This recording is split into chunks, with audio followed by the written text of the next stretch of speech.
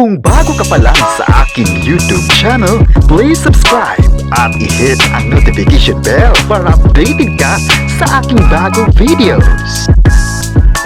Daniel Padilla, susunod nga ba sa yapak ni Coco Martin? Mga fans, bakit gustong magiging primetime king ang actor? Ang buong detalye, alamin!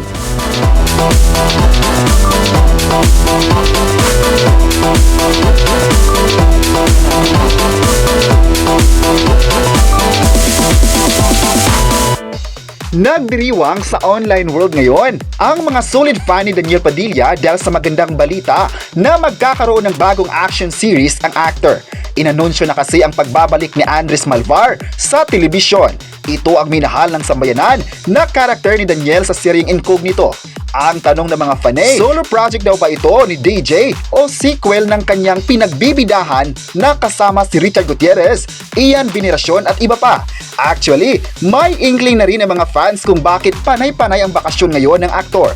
Sinyalis nga raw ito na muling magiging busy na ito sa training at tipping. Pati nga, ang pagpapagupit nito ng skinhead ay naging palaisipan pa para sa mga fanay. Tama nga ang hinala nila na para ito sa bagong proyekto ni DJ. Iisa lang ang wish ng solid fans ni Daniel at mga avid viewer ng Incognito. Sana raw ay si Kyla Estrada na ang magiging leading lady rin ng aktor.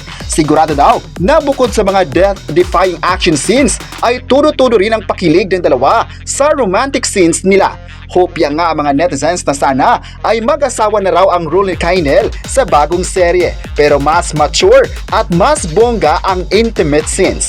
Pero may mga atribidang cyber citizen din ang tumatalak na aagawin na raw ni Daniel ang titulong Kapamilya Primetime King kay Coco Martin.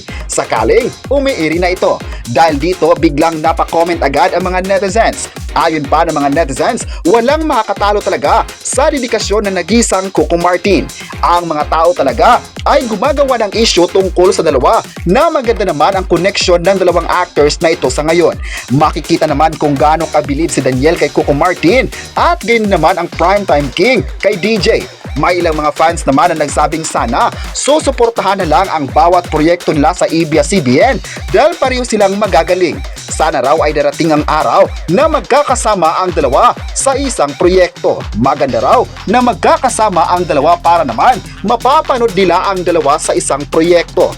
Marami naman na nagsabing magaling talaga ang dalawang kapamilya na ito dahil ang mga series na ginawa nila sa ABS-CBN ay tumatak talaga sa mga viewers. May nagsabi naman na bilib sila sa kakayahan ng dalawang actors na ito at sana marami pang mga proyekto ang gagawin nila sa ABS-CBN. Kayo, ano ang masabi nyo na ikinukumpara na naman ng mga netizens si Daniel kay Coco Martin? I-comment na kung payag ba kayong magkakasama ang dalawa at huwag kalimutang i-subscribe ang ating YouTube channel.